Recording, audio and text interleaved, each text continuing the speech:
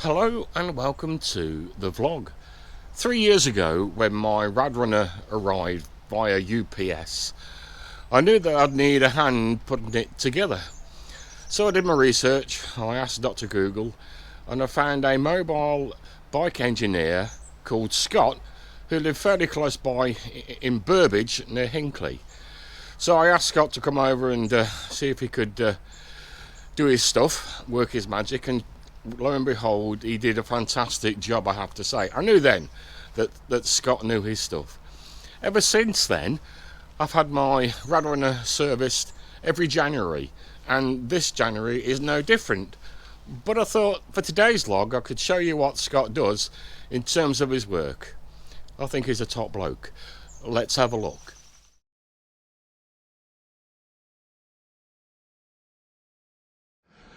Scott, hi. Called you in today to do a bit of maintenance on the Radrunner. Not sure if the brakes are working as they should. So can you go through what you need to do to make sure that it's keeping me safe on the road? Sure. Have you got any problems? No, I hear squeaking sometimes. Sometimes I hear squeaking. But generally I think it's okay, but you know me, Scott, safe than sorry. Okay. So the first thing I'll do is let's just see if there's too much travel in the levers to show that the pads have worn down or the cables have worn. But they're not pulling back to the bars, so it doesn't look like that's an issue. So let's just go straight to inspecting the pads. We've got to drop the front wheel out to have a good close look at the pads. So we've got a quick release system on the bike. A lot of people get the quick release confused. They think this is just a big wing nut for tightening it up, but it's not. It's an over-centre cam, and by that what I mean is it just flips one way to the other. So that's closed, that's open. We've got a nut on this side that helps tension it. So we're just going to undo that nut to give ourselves plenty of slack. And the reason for that is you've got a little recess here, and if you don't undo it enough, the flats of the nuts won't come over it. So I think they call those lawyer tabs to stop the front wheels dropping off. So then what we can do, now we're in close, we can look in and see the actual resin on the pad. So the pad's made up of two parts. There's a metal, usually steel back, and a resin on the pad. And different manufacturers will have different wear points. I think Shimano say 0.5 millimetre of pad, and you've got what, 3 millimetres or so there on both pads. So you've got a left and a right one. But we could take them out to have a little look if we want to, and just see how they are. Well, it's up to you, my friend, but if you tell me that what you see there is safe, then that's fine with me, my friend. Okay, well, the other thing I'll look for, so as well as seeing the pad, I can see the whole length of it, and I'm just looking for any resin flaking off. So if I get my torch in there and I can angle it round, I can see that the pad looks complete and I can't see any stepped wear points on it at all. So yes, it looks good. Well, if you're happy with that, my friend, so am I. I'm happy. So, but that's what we'd look for when... But if it is worn, you were speaking to me earlier about what pads do I need for it. Correct. So to actually work that out, we can either, if we know what brand of brake calipers. Well, this particular one on the bike, Scott, is called Tektro, T-E-K-T-R-O. So we could go to the Tektro website and we could see what pads they recommend for it. But the other way is, if you've not got no information, is to pull out the original pads and look at their the silhouette of them, see what they look like, and then compare them to different pads to find the right one. So, silly question number 4, Scott. Can you tell by the amount of resin left on the pad itself how many miles that is going to save? You know, almost like a tread on a tyre. No, you can't really, because it depends on how it's used. Yeah, of course. If it's all wet roads. The load that the bike's carrying. So if you've got a utility bike like this and you're loading it up, carrying a lot of stuff, and you're in a hilly area, all of those things are going to add to the braking load on it. But you're quite happy that there is at least some life left in the pads? There's loads on there. I don't think you're doing enough mileage. I'll bear that in mind, my friend. I'll bear that in mind. So while we've got the wheel off, one of the other things that we can just do a quick check on is we can look at it overall, check that the spokes are all right, and check that the rim's okay, and check that the tyre's all right. So we can roll the tyre around and we can look for any foreign objects in there, like thorns or screws or whatever. Hopefully we've got none. I can't see any. And anyway, your tyre's up. It's, it's up to pressure when I've come here. We can then ping the spokes, so if I just squeeze them together, a bit more difficult because we've got the tyre, the spoke reflectors on there. Of course. So what you're doing is you're just squeezing them and you're looking for any loose ones. So you just go round the wheel, Yeah. feel the pairs of spokes because they're in pairs up. Yeah, See where they cross over, and just look for any loose ones, and I can't feel any there. And then we're looking around the flange here, and sometimes you can see the spokes have pulled through, or there's a bit of flange missing. They're all right on that side, and they're all right on that side. And then another important part is to look to see if the rim's got any cracks. Sometimes you see little cracks coming out from the spokes there. And as I go around the rim, I just can't see any signs of any damage or cracks on that bit there. And then finally, whilst we've got the wheel off, we can spin the axle. Yeah. And you just see how smooth it is. So there should be a little bit of drag from the grease and the rubber seals on there, but you know, if you pick it up by the two lock nuts and spin it, you're it's nice and smooth. And, you know, you can't feel anything coming back there. So the bearings seem all right. But periodically, you'll want to have that stripped apart and a new grease put in. Of course. And that comes down to how much mileage you're doing. Of course, and you can never tell, I'm guessing, Scott, you can never say to me, well, the bearings will be fine for 5,000 kilometres or 5,000 miles. No. You couldn't do that, could we? No, we can't. I mean, we could say, maybe it should be an annual inspection job. Which I'd call you in for. Yeah, of course. People want to spend on their servicing and maintenance. Okay. Yeah, and their use of it. Lovely. Well, thanks for that, with Scott. I've learnt a bit more about my bike. Okay. So simply a case of putting my front wheel back on. Yeah. And we can go to the next stage of the maintenance day. Okay. Okay. That's smashing. So you get the wheel back on. Well, there is just one other thing that we would check while we got it off, and that is to make sure that all these bolts around here are tight. But I think we're coming on to nuts and bolts later. Oh, of course we are, we're covering that. And then the other thing is to check that the disc rotor width, that it hasn't worn down. So never touch these with your fingers. Of course, because of grease on your fingers. And that's what can make brakes squeal. That's generally what we find contamination. But you're looking towards the end of the rotor, and you're just looking for any steps there. And I could just see by looking at that one, that there is no real signs of wear on that. And it's looking all right. It's looking all right. Excellent. Okay, my friend. So we putting it back in? Yes, please. Okay, to put it back in. It would help. I can't do my rides on one. I know I'm good. I'm not that good for sure, Scott. We just offer it back up, watching where the disc rotor is in relation to the pads. Slide it up. Tension the lock nut on this side. And then what I'll just do, because we'll put a little box in the back to weigh the back down, I'll take this out now, bring it down. And what that'll help me do, now that the wheel's on the floor, I can put a bit of weight on the front here and just check that the wheel is properly seated. And now I can start to tighten it up a little bit more. Okay, and it shouldn't be rock solid. I know a lot of people don't want it to come undone, but you don't want to be using a crowbar to undo it, so that's nice and firm on there. It just flips over. So what happens is you flip it over because of the cam, it gets tight there, and you just take it past that point of tightness, and then it goes looser again. But it's gripped it. Right. You happy with that? I'm happy with that. Well, I think we're good to go for the next stage, Scott, don't you? Yes, I do. Cracking. Scott, one thing I forgot to mention when you were doing the brakes like you did so professionally. Why should I convert to hydraulic brakes from mechanical brakes? Generally, a lot of the mechanical brakes aren't very powerful, and only one side of the pads will move. Basically what they do is they'll push one pad onto the disc rotor, bend the rotor over so it rubs on the other side. So you've always got your pads pushing your rotor and that bending over, which doesn't, it's an easy way to affect a brake and stop yourself. But it's not very powerful.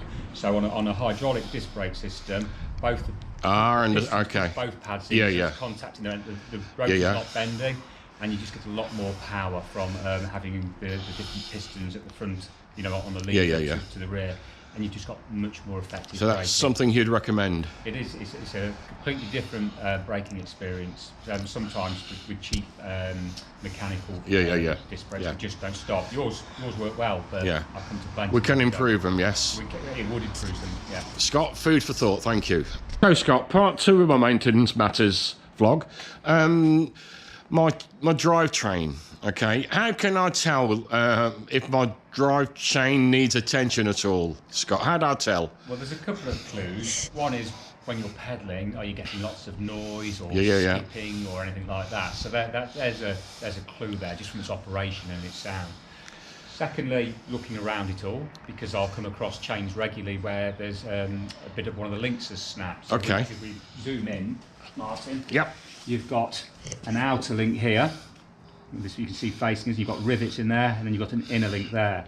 I often see these outer links split with a crack in them, maybe around where the rivet point is. Okay. So what you want to do is just have your wheel off the floor, Yep. and then back pedal, and then you're going around the chain, and you're just looking for any signs of any damage there. We've been around this one earlier, and it looks in good nick. It's a little bit dirty, but we'll come to that in a moment. So there's one way of telling. Okay. And how often, Scott, when we talk about lubricating and cleaning the chain, how often do you need to do that? The more often, the better, because Okay. this is a costly part to your bike servicing in the future. The cleaner this is, the less wear and tear you get across the bike. So, a dirty chain, if you've got oil on there and it's getting grit on there, it's effectively forming a grinding paste. And what a lot of people think is when they're oiling the chain, they're just trying to stop all this rusting. Yeah. But that's not what you're actually trying to do. You've got these bushes inside the chain here, inside the inner links, this round bit here, and what you're actually trying to do is get oil to go down there and over where the link's joined in the centre there, and to lubricate it so it spins around. So that's what you're actually trying to do, is lubricate the inside of the chain, not the outside. Right, okay. The benefit of lubricating the outside is that obviously it stops it rusting, but then you get dirty trousers. So, of course. What a good job I've got some bike clips on my trousers. That's old-fashioned now. Yeah. One of the other tools that we can use for checking chains, and there's several different versions of these, and it depends on whether you're using, a more modern chain, like a 12-speed will have tighter tolerances, but a single speed like this will be less. But you take this tool, you'll drop it into one of the links, and then you're seeing if it falls inside the link along there. So that's sitting proud, so it means that the chain hasn't effectively stretched. It's not really stretched. What's happening is when these bushes wear, it becomes sloppy and the chain extends, and then that would drop in. So, I can't really force that one in. So that chain's okay. So you tell me that's a good sign when you can't do that, That's a good sign, yeah. Okay. I mean, if we had the chain off, we can also see how much lateral movement we've got like that. And that will affect shifting on a bike with derailleurs. Obviously, we've not got that here. So yeah, they're the things to look for. And on some chains, they'll have a joining link. I don't know if we can find that one as we're spinning around. It can either be a quick link, one that you can take on and off, or it can be a slightly oversized pin. So when you're pushing pins out from the chain, you generally put them back in with a special one that's slightly oversized.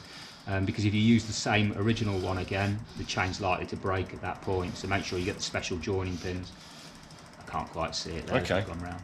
And in terms of oil and cleaning the chains, Scott, again, how often and what type of lube are we going to use? It will depend on your riding, but if you're riding in wet conditions, you want to clean the chain often. I mean, if I've got my best bike out and I've gone on a rainy ride, I'll wash it when I come home from that ride.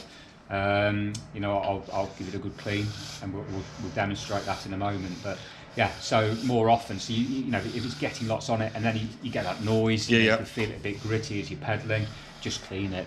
Okay. Because if you don't clean it, you're going to end up replacing the cogs at the back, cogs at the front, the jockey wheels. So you just get an increased expense. Yeah, of course. Because the chain's wearing all those parts. Yeah. Okay. So is our next operation to clean it? Yeah, I think so. So, I mean, really, it would be nice to get the bike washed, but we've not got time for that today. But we can just see, look, there's a bit of build-up of mud around here on the derailleur. So if I just get a screwdriver on it, I can clear all that off. We can get it off on the other side as well.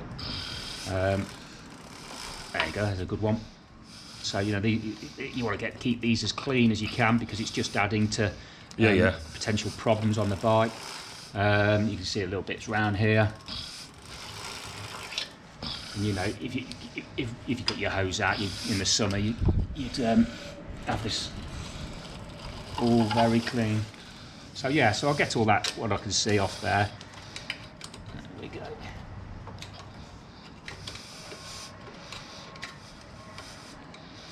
Coming out. There we go. Yeah, it's quite a bit in there, mine. There we go. So that's got rid of that. Okay. And then, you know, you've got a couple of choices. You spoke to me earlier before we were filming about spraying an aerosol can. Yeah. And we talked about they're quite good, but a lot of mechanics like them because it causes more service issues. Yeah. Because if you squirt it down here at the back, and people want to sometimes keep these cogs and cassettes at the back clean, you've got all your bearings around here for your rear wheel, and that grease out the aerosol is quite light, and it will penetrate in and it'll eat the grease away. So the best place to do your chain, well, if you're going to use an aerosol, do it down here, but you've also got to take care of whatever it might be dripping on. Yeah. So yes, so they're okay for, you know, for a quick clean, but I think environmentally, you know, an aerosol, you're going to get less product in there than buying a plastic container or something, and using a tool like this. So we've got a chain. These are called chain baths. This is a Park Tools one, so I like the Park Tools stuff. And basically, you can drop it onto the chain, and you can put the lid on, and that just fastens on there. You'll want gloves on when you're using any of this stuff, because we've got a degreaser in there, and it's you know, harmful to your hands. And then basically all you have to do is back pedal. Oh, it's simple operation, Scott. And what that's doing is brushes inside there. Yeah. They're spinning around and they're cleaning the chain. So you can see, look, it's ready. Yeah, it's coming off. So you can get a few different chain cleaning products. I quite like Morgan Blue. It's probably not the best for the environment, but if you've got a customer that hasn't looked after their chain, then that's what you'd use. It will strip the really dirty stuff off fairly easily. I think my favourite's probably a range from Cyclone, and they do a plant-based cleaner. Okay. So, you know, much better in terms of the impact of the environment. So you'd never clean it, for example, I know some of my mates have done it before, Scott, using WD-40. Well, you can do that, and I've got some lads that I ride with. They'll spray WD-40 when they get home, and then wipe it down with a rag and clean it all off. But, you know, WD-40, so it's a solvent, isn't it? Everything's a solvent, but it will strip off any old oil on there. It'll also displace water to stop the chain from rusting. So it's got, you know, that as you know, positives for it. But don't think it's a lubricant, because it's not. So it's not strong enough. No, not at all. On your chain, but you could use that. But again, it's just another aerosol, isn't it? Yeah, it is. There you go. You can see now. Look. That's much cleaner. Yeah. So, you know, we've gone around that. That's gone inside the bushes, cleaned it all off. Lovely. And then really we could just do with giving it a rinse with water. Okay.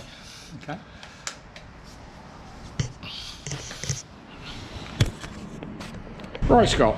Take 2 on how to lubricate the drive chain. Okay, so we've got some more lube, so we've got a wet lube this time. And basically, as I say, just invert the bottle, and we're just trying to get a drip on each link. So just back pedal, run it on there, so you come all the way round. There we go. And Scott, how often should you do this job?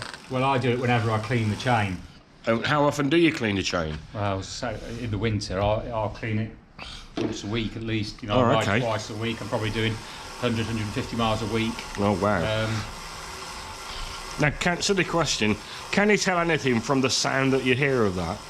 Does it sound like the chain should sound? Yeah, well, you'll tell when it's dry, because you'll get like a squeaking. You know, you get a high pitched squeak, so you'll know when a chain's dry, and you'll just feel rougher. You know, you'll feel it as you're back pedaling.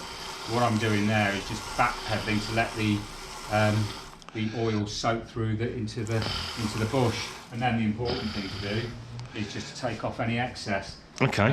So, you know, because all that's going to do is going to get dirty and hold mud onto it. So just get a clean cloth. So you literally put some on and you take some off, yes? Yeah, you put it on, let it soak in, and then take the excess off. There you go, because you're just trying to get inside there and keep that lubricated. It's certainly a lot cleaner for sure. Yeah, you can see, can't you? You can see it's a KMC chain now.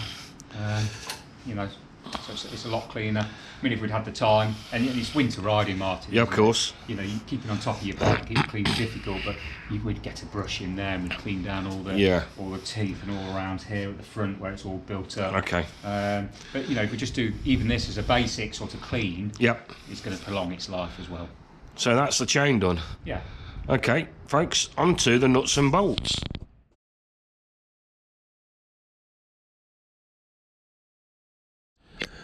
So Scott, the third and final chapter in the Maintenance Matters vlog will be what we call nuts and bolts.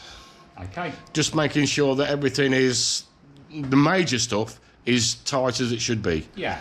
So before I look and touch any nuts and bolts, I think one of the most important things to do is just give everything a little shake and just okay. Not hear anything. So, if we drop it down off its stand, and you can just literally drop it and listen.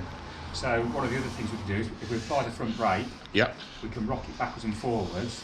And if we notice there's a clicking or a knocking here, we know that the headset would need adjusting because there's a couple of bearings here and here, and they can loosen off over time. Yeah. But I've got the front brake applied. I've got my hands over the fork and over the head tube here. And I can't feel any movement, so that bearing seems to be okay. There's no play in there. And if I lift it up again, it's the best place to get it up. We can spin the bars, and it all feels nice and smooth. One of the other things, just putting it back onto the stand, is across the bottom bracket. So this bit here is the bottom bracket. These are known for wearing out after time with heavy pedalling. And if you just grab the pedals, the crank arms, don't grab the pedals because they've got bearings in. Grab the pedals, the crank arms on each side, and give it a pull, and just see if you can feel any slop of it moving back and forwards. There's none there. Spin the pedals. Look to see if there's any play in the pedals. Make sure they spin round because they've not had a knock and got bent. So they seem all right. And even, as we were doing earlier, pull across the wheels and just see if there's any slop across there, which there isn't. We checked that earlier when we had the wheel off. So that's, just. I have to say, when I'm riding, Scott, I have to say, I don't feel anything's loose. Yeah, you've noticed. It's that annoying noise. Correct. Yeah. So I just wanted to make sure, like you did the other services for me, that everything is as it should be. Yeah. So then, now what we'll do is we'll just work our way around some nuts and bolts. There's a lot on here, so we'll just pick a few for the video. But you've got your torque ratings just here. So next to a set of bolts, I mean these are quite big ones on this bike. It's telling you that the maximum torque is 15 newton meters. I don't know if you can zoom in and just show that bit there, Martin. And then you'll find around different areas, you'll find the different torque settings. And you can set your torque wrench up to work with those. These ones here, just under here, it tells us is 10 newton meters there. Look. Oh, okay. So we can set up our tools to work with them. So, got my torque wrench.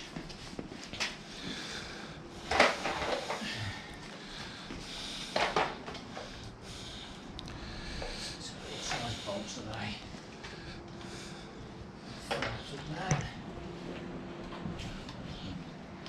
So there you go, find the right size bit. Yep. We know that these can be done to 10 newton meters, so set your torque wrench to that. Maybe even start a little bit under at first so that you're getting close to it and see what they're like. And what you're doing is just turning it until there's a click. I've got different torque wrenches for different ranges. Okay. But also I've got some electronic ones as well which I use in the workshop. These are... So while you're checking all those, Scott, just tell me, just for my information, what got you into bikes in the first place? Bit of a career change really. I had quite a senior role and in a big corporate business as a director, and I think after a bit of time it takes your toll on you, and of course. It's a little less stressful. I've always enjoyed cycling. I've always been into bikes. I like the mechanics of it. And it's really nice going from pushing email missives around to working with my hands. And I never thought I'd get this much into tools. So I think every mechanic will tell you that they enjoy working with the tools and like purchasing new tools. And how long have you been on the tools, Scott? I've been doing this now for just over 6 years. Excellent. Yeah. This one a little bit more, yeah. So you find a lot less stress perhaps in working with your hands? Yes. Yeah. I think so, yeah. I've not got I'm responsible for my own health and safety. Obviously, I bear in mind that I'm working on a bicycle, which is a form of transport, a vehicle for my customer. So I'm very aware of the health and safety risks for them using of something that I've course. serviced, which is why I keep a service record and I have a check sheet. Yeah, I have to say your paperwork is excellent. But that's probably my background, coming from a corporate Yeah, of background. course. Yeah. You know, dealing with all the chemicals. I'm a chemist by training, so you know all the data sheets, the material. Yeah, of handling, course. that's So all you know all second about nature. COSH. Yeah, it's all Of second course. nature. But for one chap on his own in a workshop, it's a lot easier looking after that. than Yeah, a of few hundred course. people that Yeah, are yeah. dealing with you know, a lot riskier Okay. materials. And let me ask you, probably my last silliest question. What do you think of the Radrunner, Scott? I mean, you put it together 3 years ago. Yeah, well, we assembled it, didn't we, from how it came Yeah, boxed up. So a lot of it was done. It was just putting the handlebars on. Yeah, straightening it up, wasn't it? And check everything. Yeah, I mean it's a beefy bike, isn't it? It's very solid. It weighs a bit. You were telling me earlier, 28 kilos. Yeah, a bit of a weighty beast, but Yeah. but I think Scott a sturdy beast, to be honest. I'd say it's very sturdy. I mean, some of these big nuts up here that we're using around the stands, these are massive compared to other bikes I was working. Yeah, of course. So it's got big bolts on here to Yeah. holding it together. You can see, you know, big welds, big tube profiles. It's a robust bit of kit. Obviously, you've got the big balloon cushioning of the tyres on here. So yeah, I mean, it's a simple drivetrain. It's a single speed. For a simple rider. Yeah, it's less to go wrong. Isn't it? It's not that simple. I don't go to many services where I'm being filmed. No, well, that's true, mate. That's true. So That's not that true. simple. That's true. But yeah, it seems robust. And you know, we've set it up for you, haven't we? So we've done things like adjusting the brakes. So that, Correct. you know, you're not. I have to say, straining when down, down I mean that was 3 years ago, Scott. Yeah. Okay, and when you did that, I remember what's that phrase I'm looking for? Oh yeah, attention to detail. That you were making sure that the rider position was right, making sure the brake position, the angle was correct. Yeah. Very impressed, I have to say. So that's what we do. You know, we talked through the saddle height and things Yeah, like yeah. that, didn't we? And find out what suited you. Yeah, for sure. So yeah, I mean, it comes down to how you look after it. And Yeah. You look after it. I try to. I try, not probably as meticulously as you do, my friend, but I try to. I try The to. mechanic's bike. The customer's bikes are always first. So mine's one left there at the end of the day, and I have to brush it. Okay. Well, if we're about done, Scott? I think we've got all the main bit. I'll still carry on working on it and get my Yeah, of paperwork course. done, but yeah, they're the But no, things that's to show been- your viewers. That's been fantastic. I should feel much safer now when I'm back on the road. So can I just say, Scott, thank you very much, and we'll see you again soon. Yeah. Okay. Thanks, Martin. Cheers, Scott. Thank you. So there you have it, folks. That's what Scott does. As I say, he's the most knowledgeable guy I know on bikes. He's so technical. His knowledge is fantastic.